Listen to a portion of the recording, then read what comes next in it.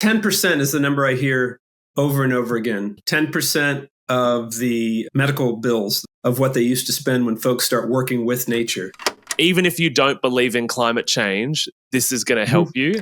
They feed 1% of the planet every single day. So if we could get the entire McDonald's system to go for that, that's significant. Do you believe in climate change?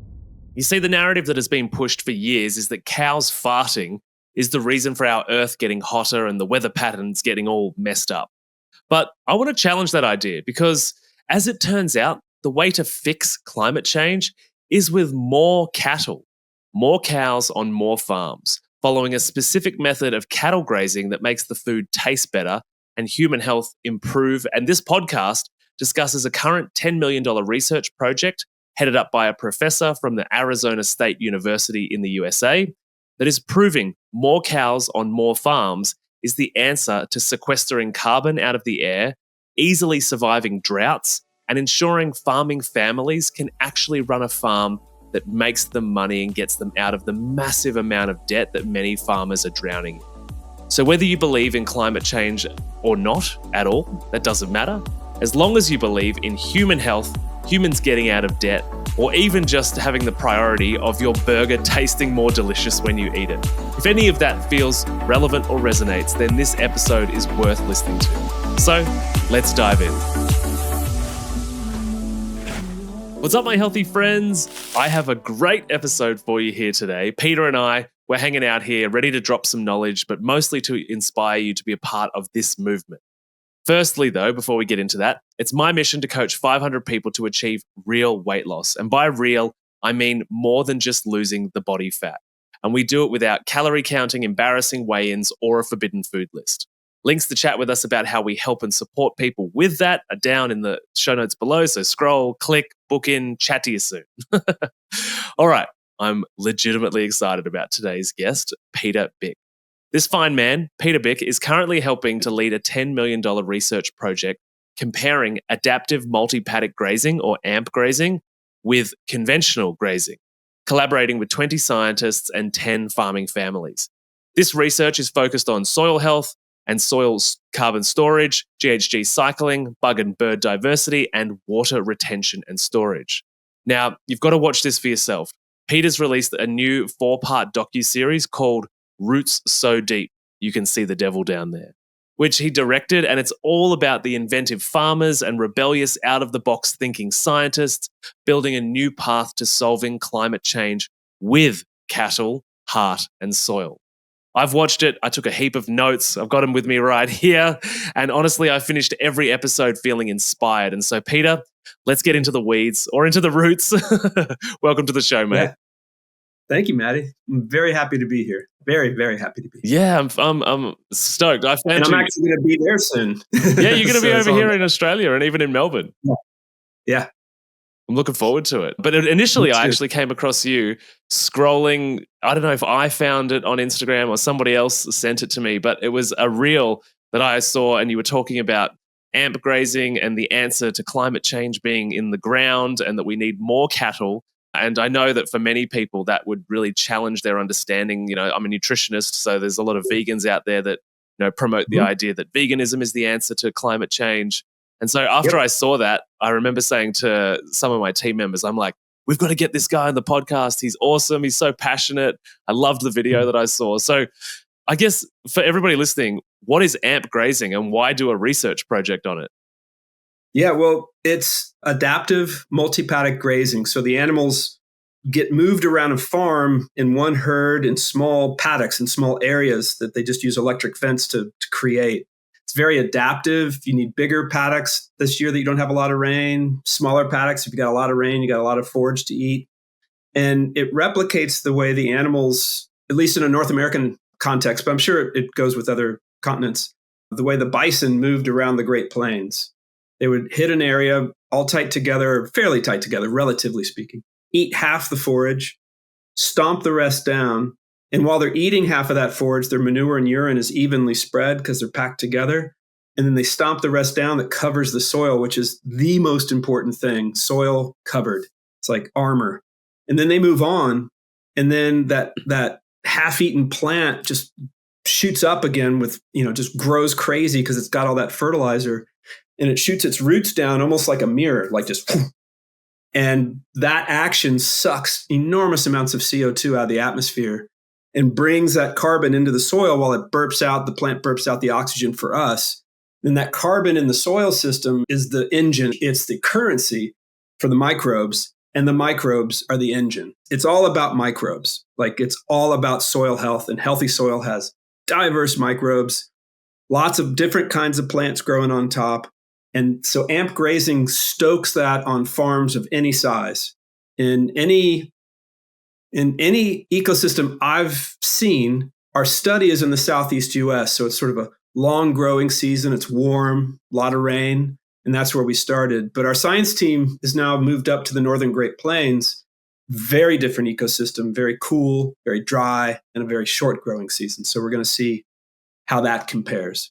I'm curious. I've talked a lot about, or with rather, a lot of guests and different people, and I'm a big advocate for the idea of regenerative farming. So I feel like a lot of people listening might really be familiar with that. What's the difference between AMP grazing or AMP farming and regenerative farming? I would say they're interchangeable. I would call AMP grazing regenerative grazing. I use those words interchangeably. Mm-hmm. And really what it's about is the soil in better shape after you've had your animals on there, or is it in worse shape? Is the bug life in better shape or worse shape? Is the land for grassland birds in better shape or worse shape? And so that's comparing it with conventional grazing, which there's a lot of really talented conventional grazers out there, but a lot of times they'll just let their animals sit in a large paddock for a long period of time. And they sort of pick and choose what they want to eat. And it's not the way the grasslands and those hoofed animals co-evolved. So the land's just not as productive. And that's what our research is, comparing right across the fence on 3 of the 5, and then down the street on 2 of the 5, but 5 farm pairs, 10 families. One side is adaptive grazing, the other side is conventional grazing. And we measure all those metrics I just listed. And that's what, as you know, the series is all about.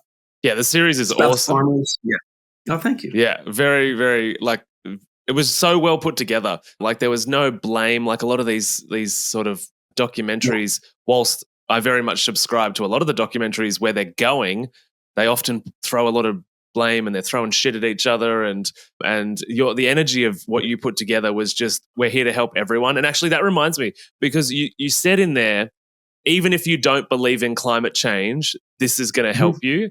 And I really liked that, because I think there are a lot of movements in the world of health, wellness, agriculture that are beneficial to all of us as a human species. But because we're attached to these belief systems, we rebel against the idea or the political ideology that's behind what's going on. Yeah.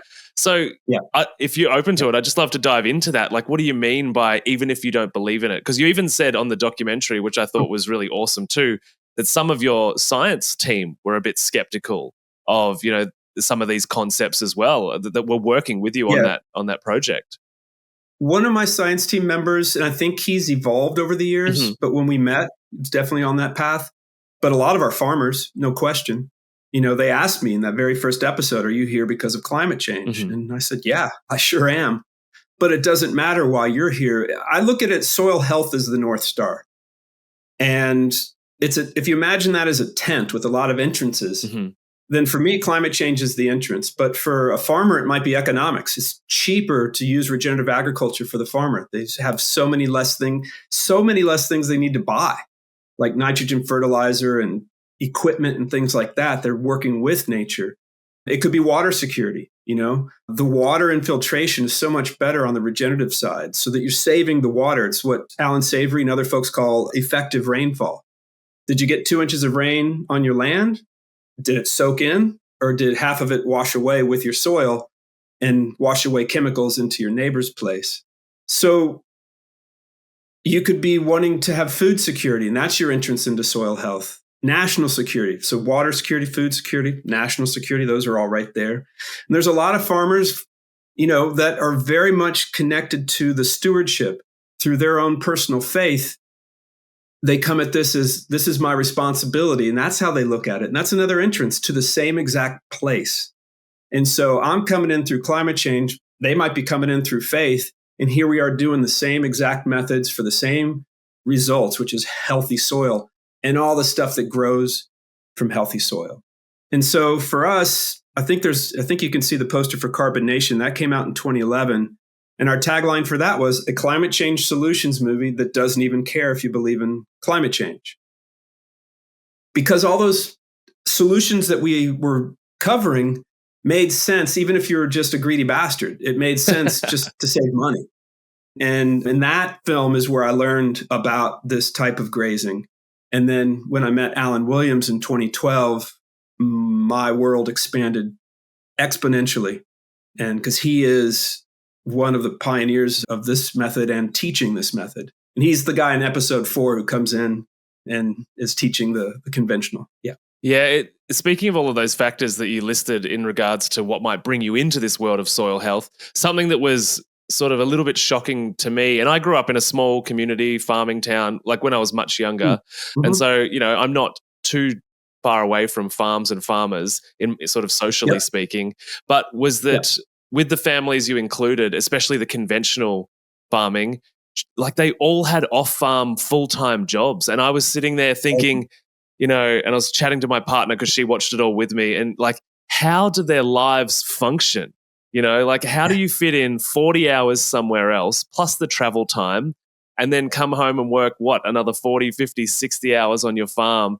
And, I guess a normal day job, let's go to the average income of say $70,000, $75,000 per year, approximately, that you're bringing in from a day job. And it just shocked me that these farmers were struggling so much that they needed to have a day job, which brings in that amount of money in order to just stay afloat. And they've been doing this for years and years and years. So I noticed in episode, decades or even, generations. And I noticed in episode 4, when you were sharing the data with everybody, pretty much all of them came down to economics. You might be able to get rid of your day job. You might be able to actually work full time on the farm, Yeah. Yeah. And that kind of potential is still there. And I don't want to give away the ending for episode 4, but the idea of an off-farm job was so consistent. Yeah. We had a lot of farmers that were teachers that would teach special needs kids, and they were coaches. Like we had 2 farmers, taught special needs kids and were coaches, and had won state championships. Like they were good coaches.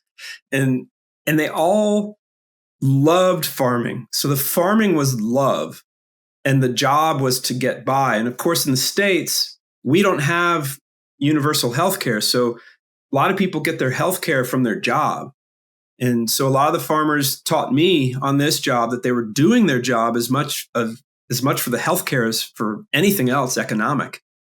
And so that got me thinking, we have a thing called the Farm Bill. It's like a big, giant piece of legislation, thousands of pages, that gets renegotiated every 4 or 5 years. And it's now in its 6th year. It's like really late. And what if we had health care for our farmers? Yeah. Just like we have, our veterans have health care. I've been taught by veterans that health care could be better. It's overwhelmed. The system is overwhelmed. And then it all ties together there, because veterans who come home with PTSD get on farms working regeneratively and like heal themselves. And we're finding wonderful stories about that. And it's really, I feel better when I'm on a farm. And I think there's actually like physical chemicals coming out of all those plants and all those trees that make me feel better, probably make everybody feel better. Hearing the bugs, hearing the birds, it's an amazing feeling on the regenerative side. On the conventional side, you don't hear that much life. You don't smell that much life. And so the idea of health, soil health, human health, the animal's health, the community's health, all those things are tied together. And as long as we think they're separate, we're just not accurately looking at the truth. Yeah, I totally agree. And it's the same reason, as I've just moved house. We've just moved our, little family out into a much greener area where, we're here in Australia. So we wake up to the sound of kookaburras and it's beautiful. But most people go on a holiday and they go somewhere greener, right? Which the idea being, I want to reduce my stress. I want to feel better about existing as a human being. And most of us go to green, middle of nowhere, or tropical. But the point is, the feature of where we go is nature.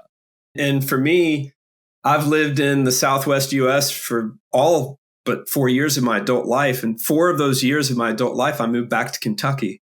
And I loved it. I loved it. I loved being around all the trees. I miss them every single day. I lived in LA for 26 years. And then I've been in Phoenix for 11 years. And I miss trees on a daily, hourly, minute by minute basis. They make me feel better. But I like a good ocean too. And so I do like a good swim with my kids. But nature makes me feel better, like just simply put. And of course, the sequoias in California. Have you ever seen those trees in real life? Yeah, I have. Yeah. So good. And I couldn't get to Sequoia National Park, to my favorite grove, because there were some fires in 2022 and I can't get the data, but it looks like they lost a bunch of them. Yeah. And so that issue of the West is drying out, the fires are getting bigger, the trees, like fires that kill sequoias bark is full of the stuff that we use for fire extinguishers, the healthy stuff we use.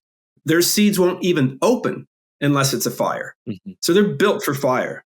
But we've allowed the undergrowth in the forests. We've prevented all forest fires, which has allowed the undergrowth to get more rich, more thick. And then when that burns up, when it's so freaking dry, because we're in this 15-year mega drought out here in the Southwest US, the flames are just too much for the trees. And I live in Phoenix. And last summer, the saguaro cactus, the guys with the arms and stuff, it was too hot for them. Yeah, wow. They were falling over. And so what's the connective tissue to why I'm on your show? Soil health can help with all of these things. The way we manage the land is connected to a lot of these problems. And so I just read that they're doing papers now in the Midwest US where we've just plowed everything up and we're growing corn and soybeans everywhere. We're having dust bowls as bad or worse as they were in the 1930s. It's just no one's talking about it. Mm. And we've changed the weather patterns. There's less rain because rain there's more rain when you have more plants growing. You have more evapotranspiration. You have more cycling of water. And all those things are choices, all of it, which is the good news from my perspective, because then we can make choices to get that back. We can do that. Yeah. And that's what's crazy for people to think that animals could be part of the solution when grazing has been damaging, no question. And when we get to that industrial scale where we're growing all this corn in such a destructive way to feed all the animals in a concentrated area, all that stuff has its cost, big costs. But what these farmers are doing on the adaptive side to make their farms look like this, it's almost the exact opposite, if not the opposite. The only consistent thing is there's cows. But these folks are actually making the land better. It's not less bad. According to our data, it's better. Cooling the earth, not heating the earth. And so every day these cows are on the planet, on that farm, the planet's cooler. Now, obviously, if you have a small amount of farmers doing this, you're not going to get the planet cooler. We need a lot of farmers doing this. And then I think I know we could have impact based on our data. Now we got to do more science. We are doing more science. We're hoping lots of other people do good research and study truly regenerative grazing. A lot of the research that's out there right now, they're not studying regenerative grazing. And some research is actually calling it regenerative grazing or AMP grazing, but it's not. And it's, all these sort of cross lines and confusion. What are you going to do, right? It's a new idea. Science is going to punch at it, which is what science does. And it should live through that punching. It should stand up to that scrutiny, And, now we're published. We have 13 papers published. We have 1 to 3 more that are going to get published. So it's a lot of work that we put out there. It's an amazing science team. I'm not a scientist. I'm a slight wrangler of them at times, but it's a remarkable team of people that came together, very interdisciplinary.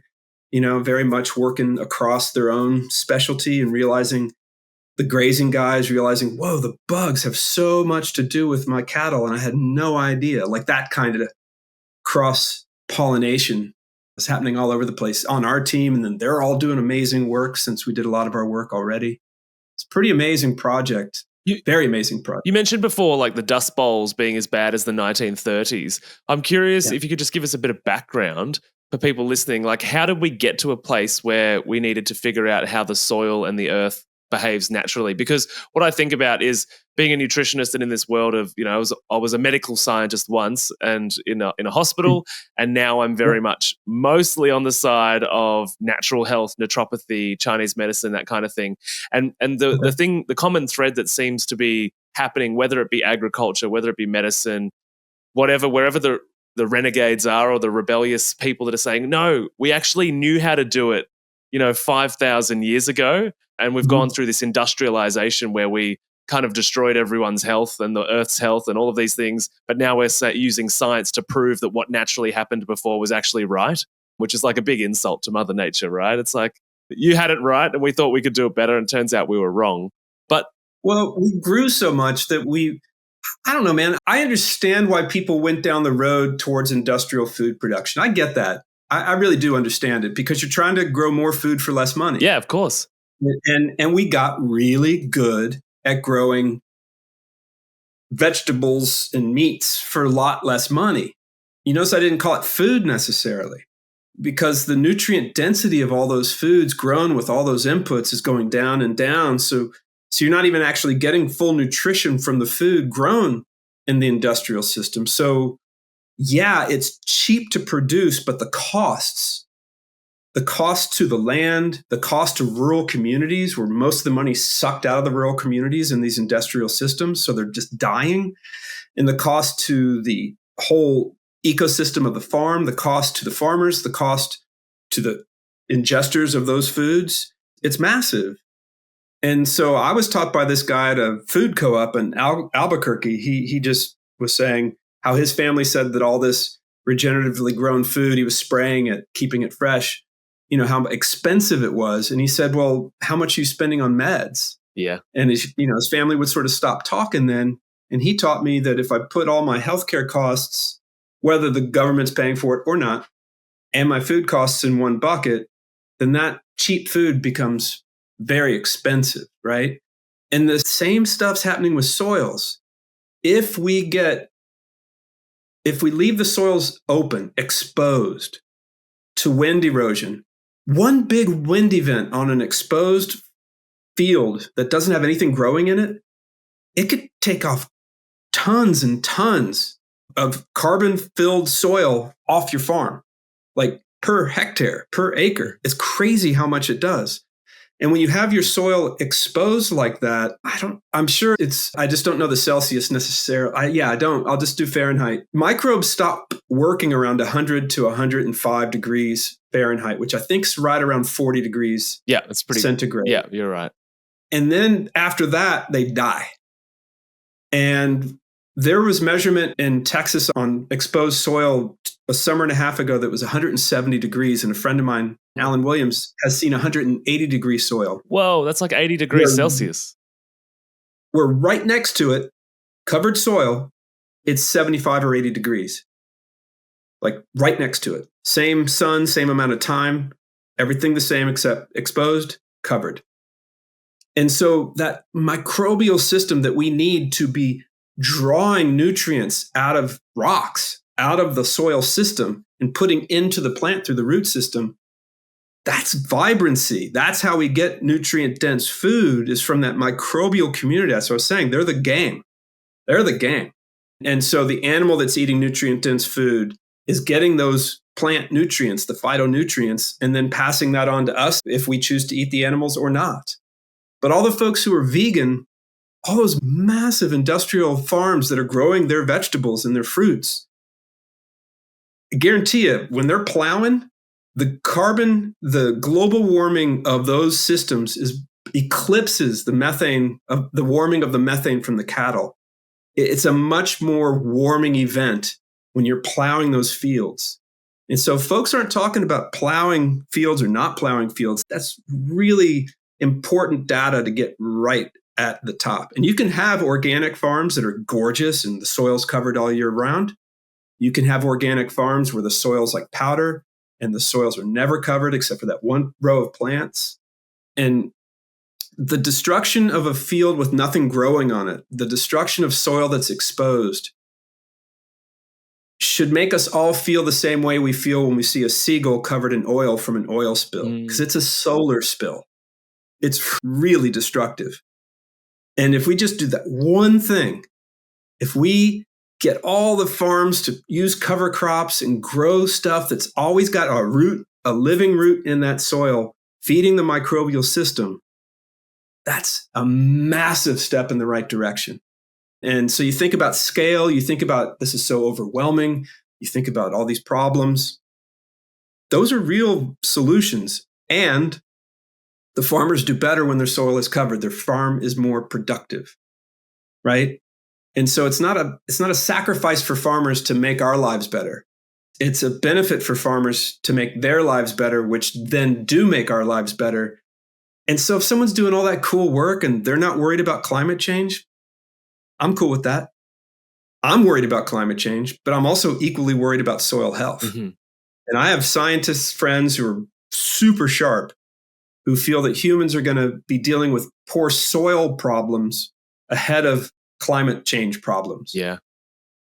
So I know I just riffed on a lot of stuff from that Dust Bowl question, but it's all connected. It's all connected to our health. Yeah. To your health, to mine. Yeah. No, I think it's awesome. I think everything you just said is awesome. And the thing that sort of popped up for me as you were talking about that was this idea that I thought about when I was watching the Docuseries was the thing with cover crops and having grass and weeds and all of these things growing in a paddock.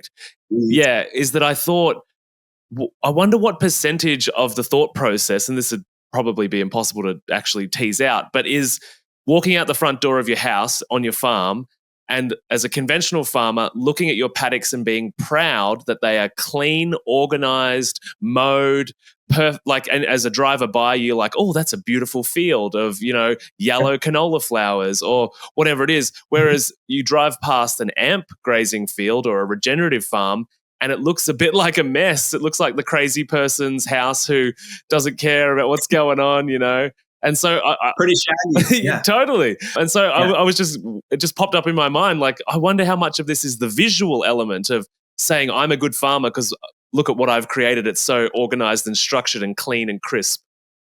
Oh yeah. That's definitely a piece of it because people have been taught to feel proud of a field that looks like a lawn, that looks like a golf course, that looks like a clean meadow, mm-hmm. right?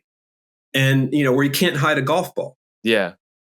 That kind of beauty. And to me, before I was trained in all this stuff, that looked gorgeous to me. It did. And it still does, right? I love a good lawn. Like patterns. We like symmetry, right? I mean, I watch soccer. So, I mean, talk about a lawn with patterns and symmetry, right? But what happens is the farmer, I think a lot of stuff sort of happened by accident for a lot of the regenerative farmers as they were growing into stuff. They would see their animals eat something that they thought was a weed that they would have sprayed, but they're eating it and their animals are healthy. Mm-hmm. So then they're going, wait a second. And the animal's choosing to eat that, not avoiding it, right? And so that they start putting those things together. There's a great story. This is a dairy farmer in South Carolina, sort of the Southeast US, a guy named Tom Tratham. I know he's passed away. He was just like the biggest milk producer in South Carolina, but the industry that he was in was so bad. And then bad weather happened and had to do this big hay lift from the Midwest to the Southeast US just to feed the animals. And he was going out of business. He literally came home and told his farmhand, look for another job. Yeah, wow. That night, his lead cow, sort of the leader of his herd, kicked open the fence and went and ate his junk field, like the place where all the weeds were growing that he just never even paid attention to. Yeah. Right? She led the way. And he milked her that next day, and her milk was amazing, better than he'd ever tasted before. And he's like, what the heck? And then he sent them on there again after they'd eaten half. He sent them on there and made them eat it all the way down. And it tasted bad again. Mm-hmm. And he was like, oh. And because of that moment, not only did he not go out of business, but he became the biggest organic milk seller in South Carolina. Mm-hmm. Because his animals told him, we want to eat that stuff. And animals can choose they know what they need. They can balance their diet if given a whole lot of choices of what they're eating. Just like you tell me, but the more diverse a human's appetite, wouldn't that equal a diverse gut microbiome? Yeah. I don't know, but yeah, absolutely. That's one of the rebuttals to the extreme diets like carnivore, is that there's a lack of biodiversity. Because once upon a time, if we were carnivorous, we would have eaten the intestines of another animal. We don't eat the intestines anymore, which is where you would get the introduction of the biodiversity out of another animal's gut. But because we only eat the muscle meat, we don't get the biodiversity. Yeah. Yeah, that makes sense. And again, our gut biome, the soil biome, the cows, rumen, biodiversity seems to be like the healthiest choice. It helps you if something goes wrong, you've got an army in there of different types of critters to go after that and balance it out. It reminds me, what you're just talking about reminds me of Fred Provenza's work. That's exactly what I'm talking about. I thought so. Do you want to just sort of go over it for those listening? Yeah. So Fred Provenza is just an awesome human being. He's emeritus from Utah State. And all of his work, a lot of sheep, some cattle, but he would allow the animals to eat whatever they wanted. And he would sort of take away some part of their diet. Like he would take away all their protein and then watch in a field how they would eat more protein. Like they would balance out their diet if he sort of manipulated and pulled this lever and pulled that lever. And so, that these sheep would go for these areas where these animals that nest in the ground, I forget what kind of animal, but their urine had what the sheep were lacking. And they would just go hunt out these little ground nested stuff. And, obviously it's not good for those ground nesting animals, but they can build more. And maybe they used it when they were abandoned. I don't know. But Fred's work showed that animals have the ability to balance out their diet if given the opportunity. And his book, Nourishment, which I highly recommend, then asks, do we still have that ability ourselves? Like when we crave something, what is that, right? Mm-hmm.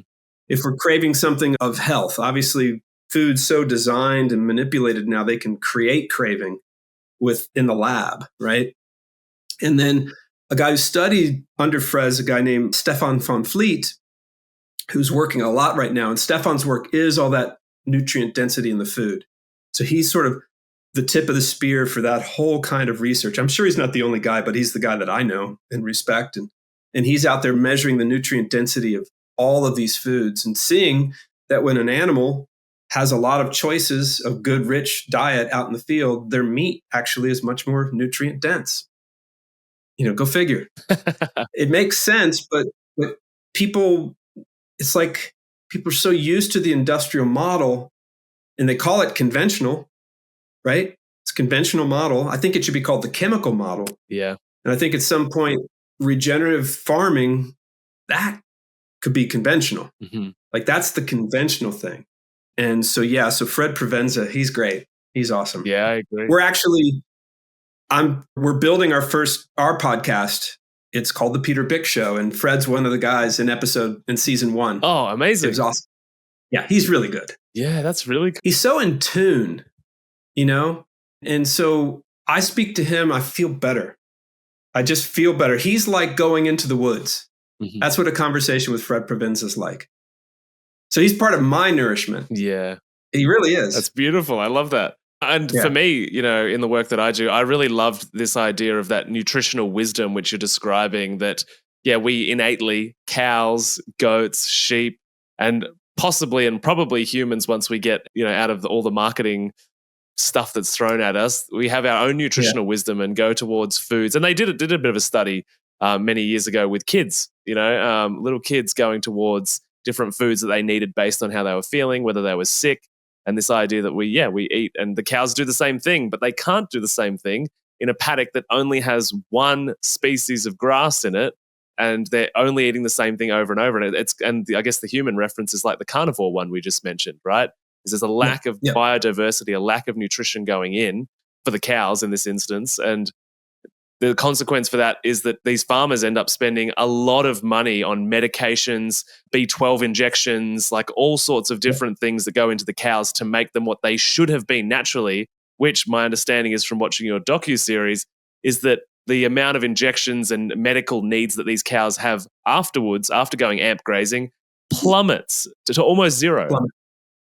Yeah, 10% is the number I hear over and over again. 10% of the medical bills, the medical costs of what they used to spend when folks start working with nature. And I've seen that in all sorts of ecosystems, not just where we did our research. And it's the same number every single time. And so, you know, that's data. Yeah. Right? That's data. Like if I'm in a desert in New Mexico, or I'm in a flat land in Kansas, or I'm in very warm and very wet Cornwall or Devon in the UK, every farmer I talked about they now spend 10% of what they used to spend on medical bills by having their animals working with nature. And a lot of it's diversity of eating. A lot of it is. And we just posted something this week. We met a farmer, and she grazes, she lives 6 hours north of Edmonton, Alberta, Canada. So she's way north. Mm-hmm. And they plant, one of the many things they plant is they plant like an eight types of plant mix in the spring. They harvest it in the fall, and they leave it in rows. They don't bind it up or bale it or anything. They just leave it out there. And then when the snows come, the animals then graze those rows happily, like they're healthy. They're not in a barn all winter where if you get manure on their fur, they actually get cold. They don't have that air pocket of healthy fur, which is part of the insulation. So they're actually healthier out in the snow. They're their own little snow plows, and they know exactly what to do. And it's so much cheaper for the farmer and less time. That's what these things. I'm not a farmer. I'm not a scientist, right? That's the first line of the freaking movie. All the decisions I hear from the farmers that are working with nature, it's like every step saves them money. And that's why I don't care whether they're concerned about climate change or not. It's happening anyway. That's a big tent. Soil health is a big tent. You come in where you want. It's all good. It's all good. We can all hang out together. Yeah, and we do. And we're seeing that with the response we're getting on social media and from the screenings and stuff. We're getting a very wide swath of people all coming into that tent of soil health and working with nature across the political spectrum. And from meat eaters to vegans, across that eating spectrum. Mm-hmm. You know, you were talking about how like if you're only eating one thing, how wouldn't you need more biodiversity, right? Wouldn't you need more biodiversity? And I would guess that carnivore diet, that's the keto diet, right? It's the same, they're interchangeable? No, the keto also includes things like avocado and like dairy. Oh, okay. Like it's still quite high fat. As long as it's high fat, it doesn't matter where it came from, but carnivore is exclusively meat. And then there's an even more extreme, which is the lion diet, which is only lamb and beef. Got it. And so I would think humans, you know, you're not always going to find the animal, right? So you're going to start, they had to have eaten other stuff. They had to have eaten other stuff in between the hunts, right? Yeah. I'm guessing. But even so, you know, I feel like, and tell me if this is accurate. You're much more into, so much more than I do on this. Some people probably do. Their bodies probably do kind of work better if they eat a lot of meat. Some people's bodies probably do work when they eat very little meat or none, right? We're a whole bouillabaisse of humanity. Totally agree. So I know for me, I stopped eating meat and chicken for about 5 years from I was 16 to like 21. Mm-hmm. And then I sort of slowly went back to chicken. Then I slowly went back to meat. And really the time that I crave meat is when I've done a big hike in a national park. Do a big giant hike. And I'm like, I could use some red meat right now, you know? And I just gave blood last Saturday and I was like, man, you know what? I think some red meat, you know, replenished the iron. Yeah. And I also ate spinach. I also ate a lot of spinach because that's iron as well. So I don't have as diverse a diet as I need to. That's for sure. I know that. I need to have a lot more stuff on a daily or weekly basis. Mhm. So Yeah. I get in my little ruts of just grabbing the avocado and grabbing the cheese and oatmeal for breakfast, So I'm just sort of Yeah, yeah.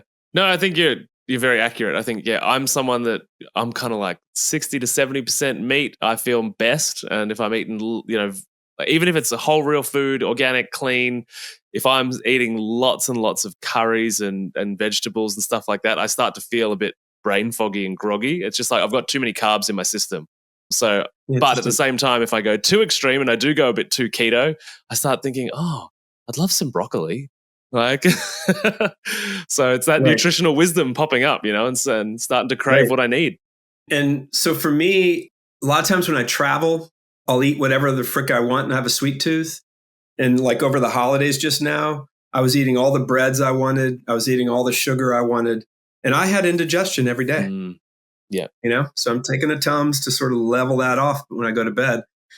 My body's talking to me, but I'm like, I'll talk to you after the first of the year. Well, And I gained weight too. I gained a bunch of weight real quick. So it's not a mystery, yeah, that's one of the, I guess, the entry points for me into the conversation about nutrition to regen farming and amp grazing is because my kind of sort of position in the world of health is that my opinions and ideas and philosophies come from a desire for human health, irrelevant of morals or politics or ethics. I'm like, this is the information I believe is best for the individual to be healthy, or the human species to be healthy. And that's why I love the idea of all of your work and what you're putting out there and the amp grazing and the regen grazing, because the nutrient density, the nutrient per calorie like ratio goes way up. And as you're talking about, a lot of those breads and refined grains and things that come off monocrop farms that are covered in pesticides and all of that kind of stuff, the nutrient profile is much lower, and then goes into a factory where it rearranges the nutritional, what was natural into something that you're going to have one of and then crave 10 more. So I love that these animals are getting healthier and bigger. And I think in my notes, I think it was $400 more per cow that the amp grazers were selling for. And that was self-reported data that the regenerative farmer was selling their cow at sale or their steer at sale. It was $400 more per head. Yeah, that excites me. And That's money. like, I order regen meat like delivered to the house. You can taste the difference. It's so much better. Oh yeah. So for anyone listening who's really thinking about health, the grass-fed, grass-finished meat has a yellow fat. And the grain-finished sort of feedlot beef or grain-finished, even if it's not a feedlot, has a white fat. And so I'm not going to get into all the chemicals of that because that's not my skill set. But that's a big difference just visually. Mm-hmm. You can tell something's going on. And maybe there's exceptions to that, but that's what I'm seeing consistently, at least in the States. Mm-hmm. And I remember one of the first times I fed my son, as I was learning about this, we got some meat from this farm called Randy Ranch in New Mexico. And I cooked it for my son who was, 10. Mm-hmm. And when I smelled the meat cooking it, it smelled like my grandmother's house. And that would have been decades ago. And his eyes lit up. I didn't tell him where it was from. I didn't tell him anything about it. And he's like, "Where'd you get this? This is different." Like his 10-year-old mouth knew something was different. Mm. And so what is that built-in knowledge that Fred Provenza talks about, right? And is it more nutrient dense? Yes, it is.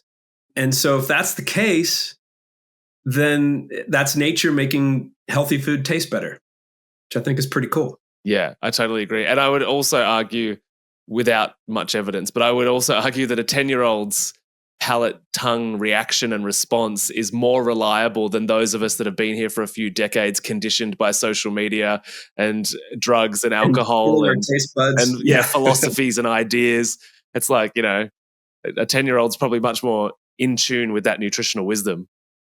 Yeah. And I think in France, they won't eat steak that the animal hasn't been on the earth for 4 years. Yeah, interesting. I didn't know that. Like the profile, if it's nutrients or if it's flavor profiles or both. Mm-hmm. And, in the industrial system, I think those animals are a year and a half to 2 years old when they're put down. And of course, they're getting so much fatty grain And a lot of them are getting indigestion. Like I get in the holidays, they got acidophilus and they have to have medicine for that. And in our study, the grazing on the adaptive side, like I said earlier, it's not less bad. They're drawing down so much carbon because they're able to produce so much forage that it's actually a cooling event. Even when you factor in the methane warming and the nitrous oxide warming, there's so much CO2 coming down the system, it eclipses the warming of those two real greenhouse gases. Yeah. And it's a net sink. And the farmers can double or triple, sometimes even quadruple the carrying capacity of their same land. And so I was talking to a farmer in Missouri when we were making the short films that led to this. And he said he doubled his carrying capacity and he likened it to, he just got a free farm. He just got a free farm. Nice. Because he now could grow twice the amount of food on the same exact land with the same exact rainfall. Yeah, that's incredible. And so, yeah, those are the inclinations, not inclinations, those are the indicators that just shows if it's more productive and then it's got more nature on it, which is what what we see in our research, just a lot more nature on these farms, making the farmer more money. All the water sinks into their soils. It doesn't wash off. And so it's all these indicators, all of them just start just filling up that column of why is this a good idea? And it's a pretty long column of why this is a good idea. Oh, absolutely. I think when I finished watching all of them, the thing that hit home for me, because I remember being a kid when we were not allowed to have showers on every second day, and you weren't allowed to water the veggie garden or anything, like once a week, maybe if you were lucky, and they only allowed water for this hour to this hour. So I remember being in drought and the water retention in the soil, that the data that you guys got from that, and being drought resistant or being able to survive droughts as a result of the water retention rather than the fields flooding and all of that water disappearing into neighboring lands, that really hit home for me, because it makes me there's a lot of ideas about how humans lasted this long, on the earth, because there's been so many disasters and droughts and ice ages and different things. And that starts to introduce ideas that have been around for a long time that happened naturally, that would have inherently been a part of our story, as to how we got here. Because no doubt there was long droughts thousands and thousands of years ago. How did we get through those? Yeah. Well, the indigenous people in Australia, they did such great work with the way they managed water. And I'm pretty sure the author's last name is Massey. And I'm pretty sure his book is called The Call of the Reed Warbler. This is an Australian rancher who tried and successfully recreated these indigenous waterway methods in Australia to help make his land much more resilient in drought and to keep all the water and to keep it there. And in the US, it's like mimicking beaver, right? If you mimic the way the beaver are doing stuff, then you're going to retain the water on your land. And it's just like, how much can we mimic nature? We know what happens when we really mess up nature. When we kill major species of animals and pull them away. When we let animals just roam and graze everything and keep it really short. We know the result of that when we plow and plow and plow. And yeah, there's a lot of industry and a lot of systems and a lot of inertia to keep all those systems going. But there's a cost, and it's a big cost, and it's happening now. The bill's being paid now. And all the big food companies, the ones I've spoken with anyway, they know they don't have a resilient supply chain of food. And so they're listening to Alan Williams. They're listening to Gabe Brown. They're like, what can you guys help us with? But it's still a big lift from those 6 or 7 people in those big companies that are listening versus the rest of the company necessarily, right? And people change jobs, they move to different companies. So there's listening. It's just, how do we get to scale? How do we get to scale, right? And so one of the 2 reasons we did this research to find out if AMP grazing was indeed a benefit, and if it was, what was beneficial, what wasn't beneficial. All the metrics we measured show that it is beneficial. So that's pretty cool. That's pretty amazing, actually. Yeah. And we have real rigorous scientists on our team who are skeptics, who are scientists, who are questioning. So it was pretty amazing. But then a lot of farmers don't yet know really about soil health. They've just never been taught about soil health. And so we need to get that knowledge out. So we made the series, Roots So Deep, so that we could help this messaging happen, right? And that's what we're doing right now. And so we're releasing our series ourselves. Eventually, we'll get a good streaming deal. We know that's coming. But right now, there's sort of like the hardcore folks everywhere that want to watch it. It's not tons of people, but it's not small numbers either. And so we've been getting all these requests from Australia. So we're going to make it available in early February. Probably I land on February 8th. So I think we're going to make it like the day I get there and make it available in pretty much the world at that point. It's available in the US and Canada and the UK and Africa right now. I think we're just going to open it up for the world. And then our social media, like we put little bits of the film up there and we put people's responses to the film up there and little bits of other stuff that we've made. And we're up to 100 million views on our social media campaign. That's about a year and a half in.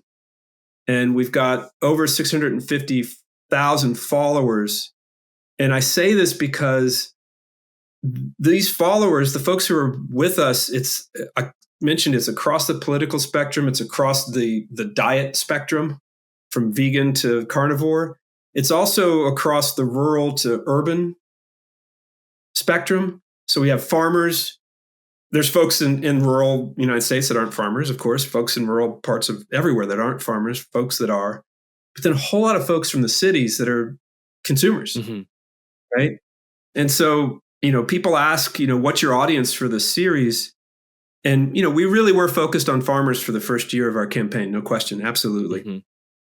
But now I think it's just simply people who eat food. That's our audience. And how can we be helpful?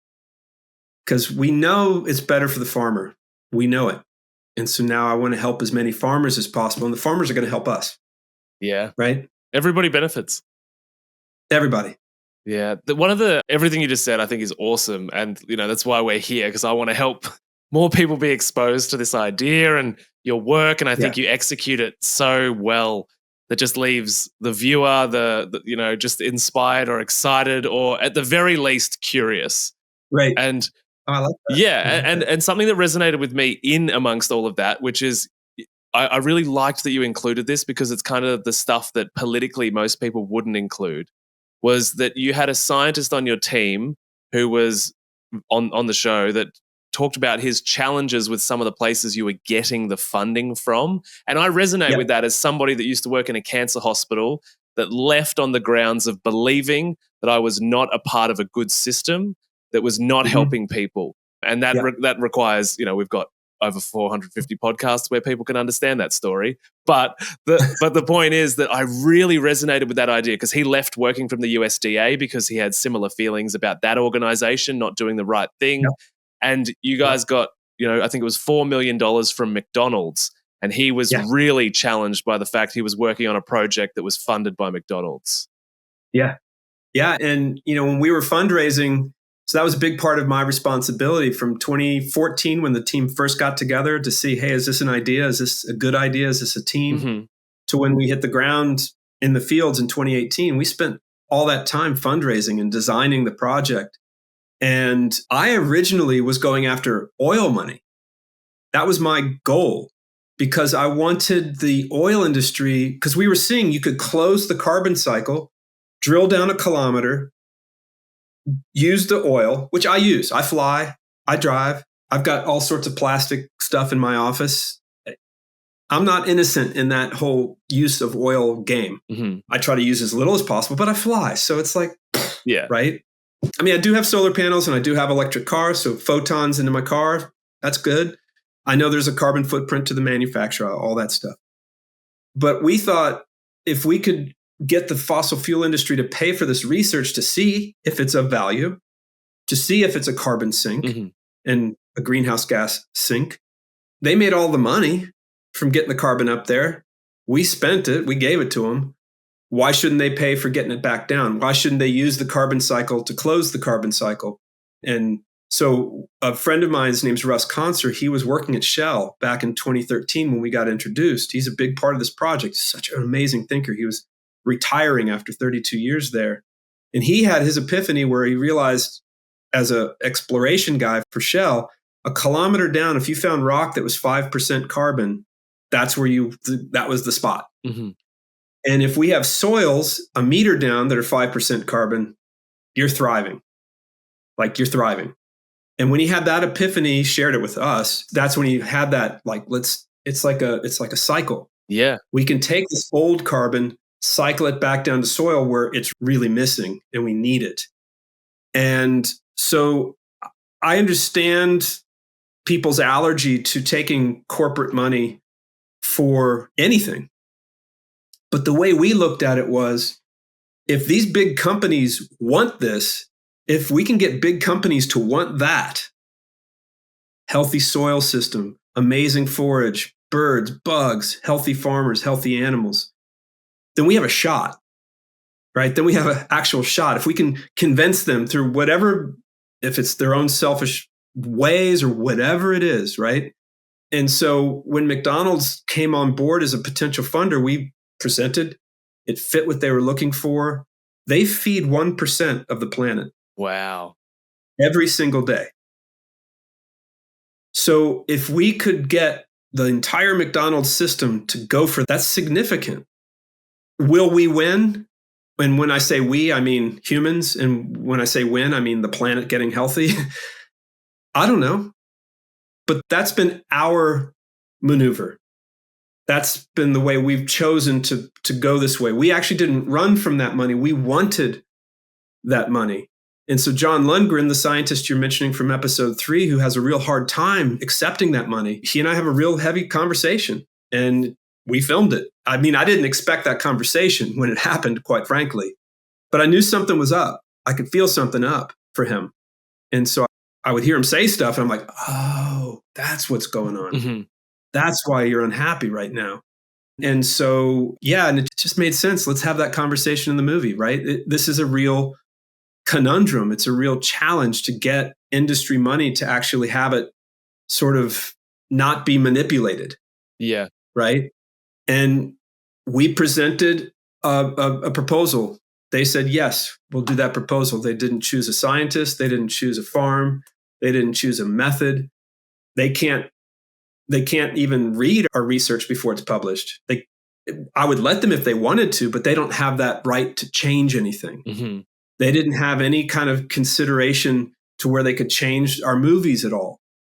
It was very open. And so, which took a lot of guts for the 4 people at McDonald's who supported this work. It's about the single people at these big companies. It's not, we didn't get McDonald's to fund us, although McDonald's did fund us. It was those 4 people who made that choice back in 2016 when not a ton of people were talking about soil health and carbon and regenerative practices. They were, but it wasn't like in the popular culture. So I'm grateful for them for doing that. And, we're not done. We got to get all the rest of our papers published. And they're kind of tired that it's taken this long, to be honest. And I understand. I get it. I really do get it. Yeah. But that's our point. That's why we went for corporate monies, because we want to help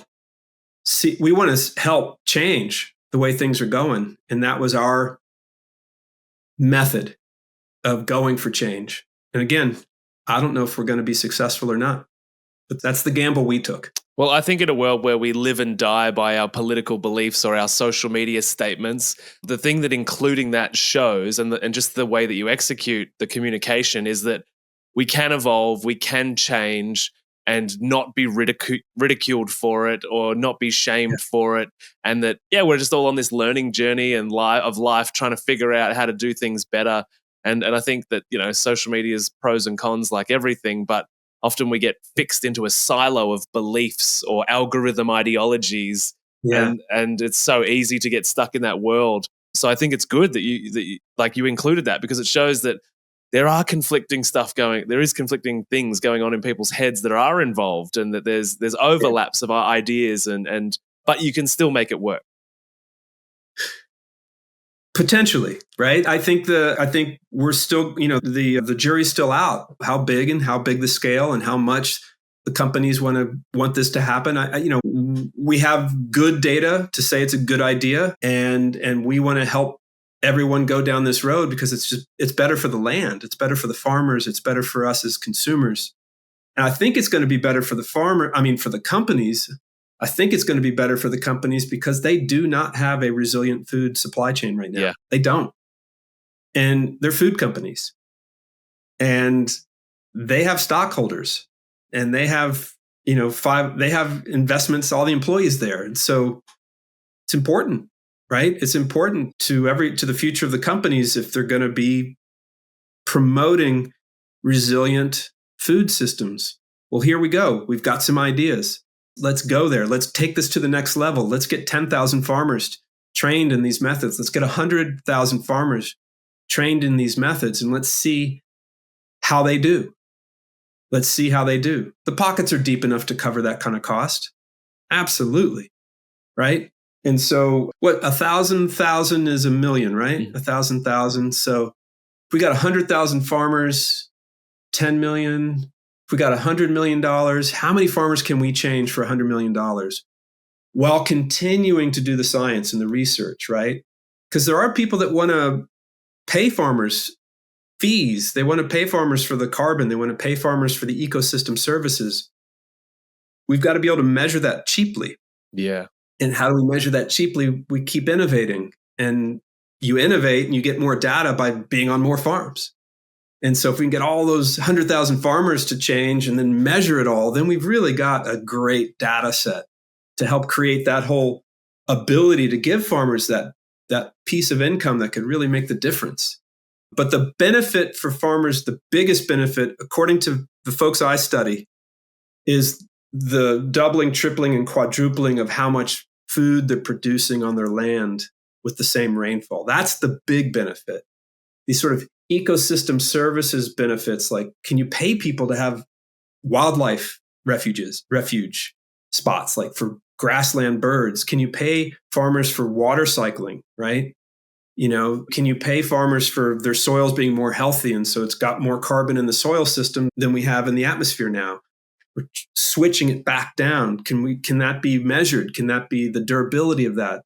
How long is it going to be? How much capacity can you have of that carbon in the soil? It's not even about how long each molecule lasts. It's how much more carbon can that system run at one time. So inherently, you'll have less carbon up here if you've got more running down here.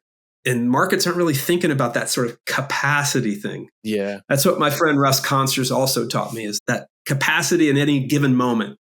That's the goal. How much carbon's rocking through that economy below ground at any given moment. And it doesn't matter if that little molecule is going to last 10, 20, or 30 years. It's the whole thing just rocking. And, and these farmers that are cycling water so well, that hamburger's not taking all these gallons and gallons of water to produce that nutrient-dense hamburger. That system is actually saving water. It's not wasting water. It's actually utilizing water, recharging these aquifers that are so drained. I don't know what the situation is in Australia, but our aquifers here, they're all just getting drained and drained. And that doesn't come back. You don't get a recharge. That's a long cycle. Yeah, absolutely. It's a long cycle. Well, because we've got everybody super excited about the work you're doing, or at least I'm hoping that I'm transferring my excitement to everybody listening. Where can everybody find you online? Where can they get Roots So Deep? Because I recommend it to everyone. I appreciate that. So you can rent Roots So Deep at rootssodeep.org. It's right there. Boom. You can catch all of our social media. Our handle is @CarbonCowboys. And so on all the social media channels, @CarbonCowboys. And we'd love to hear from folks.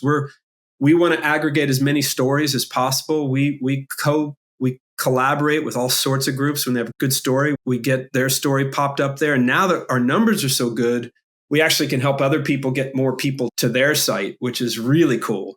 So like farmers we have one farmer, she had this, her name's Ann, and her husband Bob, they found out their burger had this great nutrient density through this company called Regenerative. And she made a 6-minute video just out in the field eating her burger. and talking about the nutrient density. And then we took and made 60 and 90-second pieces of that. And we posted it, and they had like 1 million views, and they sold out of all the stuff in their freezer. That's great, man. Like, if we can do that, right? How many times can we do that? That's because that's it. It's economics, right? The farmers have to make money. Yeah. They have to make a living. They deserve it. And let's help them. Yeah, man. I'll put all of those links down below for everybody. So Please. Scroll down into the caption, into the show notes, click the links, get into the world of Roots So Deep. And Peter, it's awesome. I love it. I'm a fan, obviously. But to finish up this conversation, and I know there's probably a million things that you could say with all the work you've done, but what is one piece of health information you wish more people knew about? Soil health, keeping the soil covered. If everyone knew that if they see uncovered soil, that's a disaster. That's the piece. Keep the soil covered with plants at all times. That's the game. Amazing. Thanks so much for being here, Peter. You're an amazing human, and let's do it again. Thank you, Matty. Yeah, I'd love to. I hope to see you in person. Yeah, you're coming to Melbourne. Yeah. Looking forward to it, man. See you soon. Thank you, sir.